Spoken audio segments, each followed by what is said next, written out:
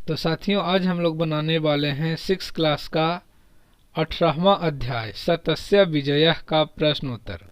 तो आइए देखते हैं। प्रश्न संख्या 1 में लिखा हुआ है संस्कृत में उत्तर दें।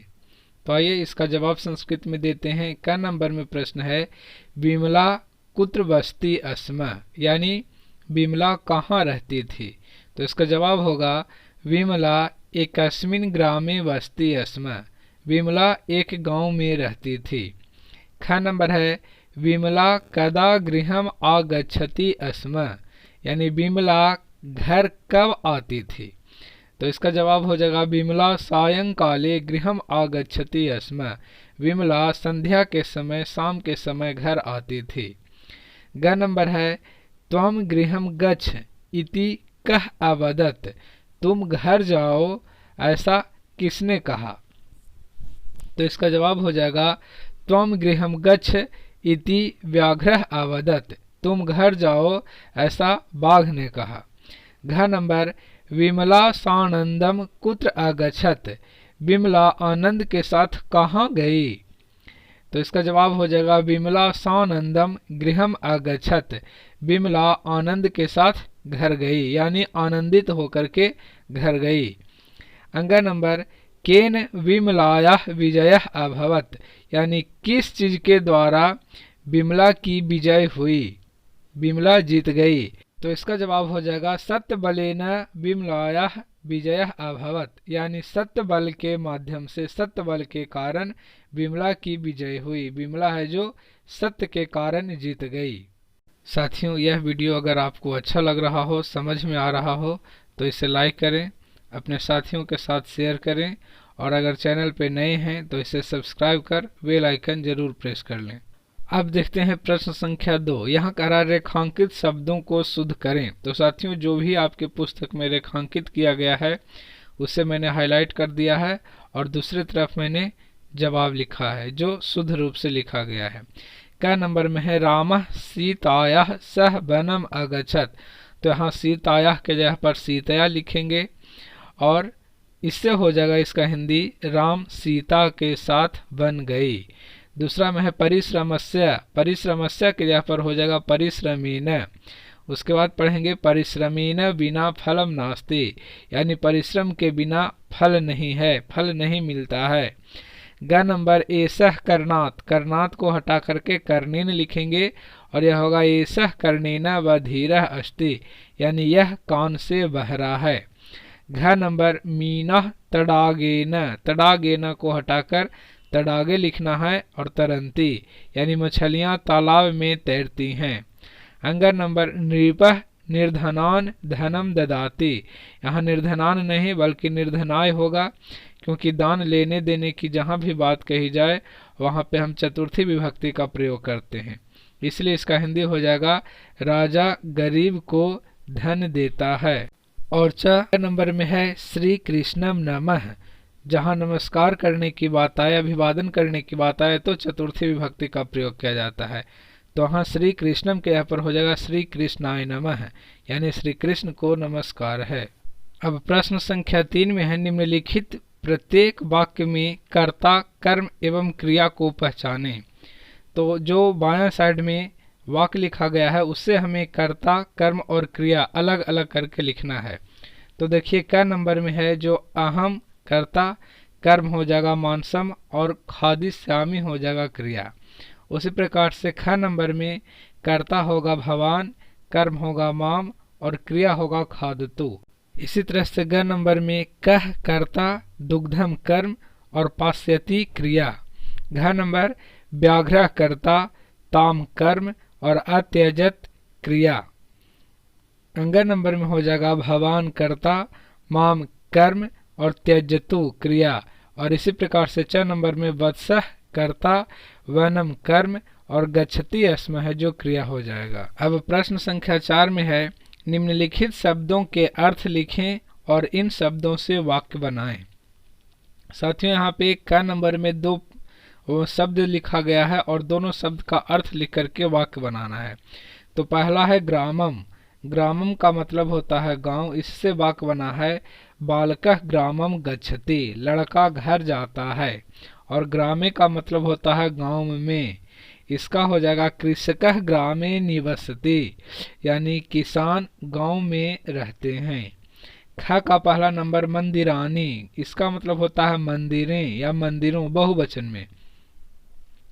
और इससे वाक्य बना है अस्माकं ग्रामेषु मंदिरानि भवन्ति, यानी हमारे गांवों में मंदिरें होते हैं, बहुत सारे मंदिर होते हैं हमारे गांव में। ख नंबर ख नंबर का दूसरा मंदिरेषु, इसका हिंदी अर्थ होगा मंदिरों में। तो इससे वाक्य बना है मंदिरेषु देवगणाः तिष्ठन्ति, यानी मंदिरों में देवताओं का वास होता है, देवता रहते हैं। ग नंबर का पहला है तुलया, मतलब तराजू से। तो इससे वाक्य बना है आपनीकः तुलया तंडुलम मापयति, दुकानदार तराजू से चावल तौलता है। दूसरा नंबर तुलायाम, इसका हिंदी हो जाता है तराजू में। पहला था तराजू से, अब यहाँ तराजू में। तो इससे वाक्य बना है तुलायाम आम्रम अस्ति, तराजू में आम है। घ नंबर का पहला दरिद्रान, मतलब गरीबों को। तो इससे वाक्य बना है धनवान दरिद्रान ताड़यति, यानी धनवान गरीबों को पीटते हैं। और दूसरा नंबर है दरिद्रेभ्यः, मतलब गरीबों को। यहाँ जो ऊपर नंबर में है गरीबों को, इसका ये द्वितीय विभक्ति से लिया गया है, कर्म के रूप में इसका प्रयोग किया जाएगा। लेकिन ये जो दरिद्रेभ्यः है, ये चतुर्थी विभक्ति दान लेने देने के लिए प्रयोग किया जाता है संप्रदान कारक में।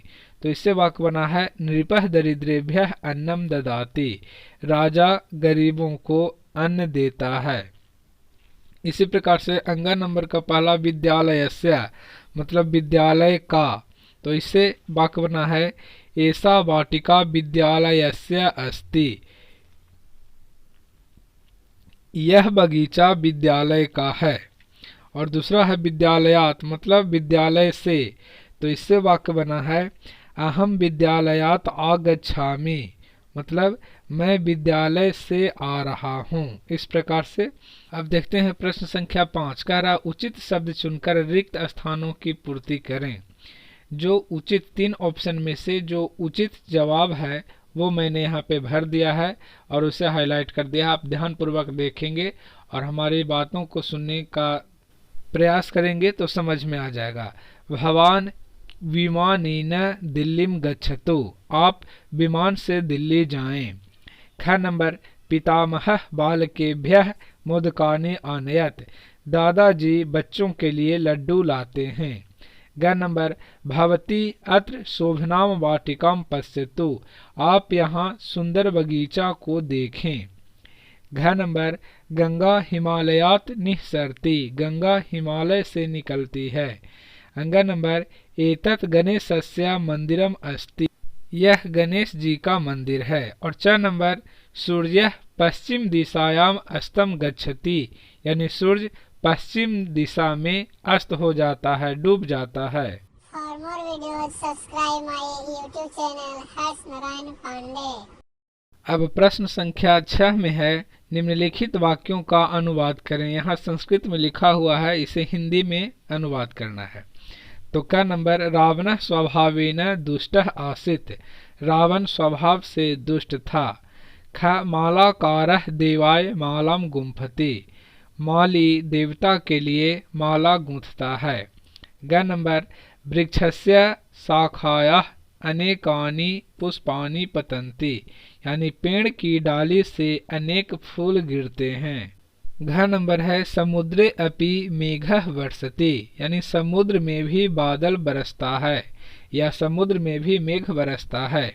अंग नंबर शंकरस्य त्रीणि नेत्राणि सन्ति, शंकर की 3 आंखें हैं।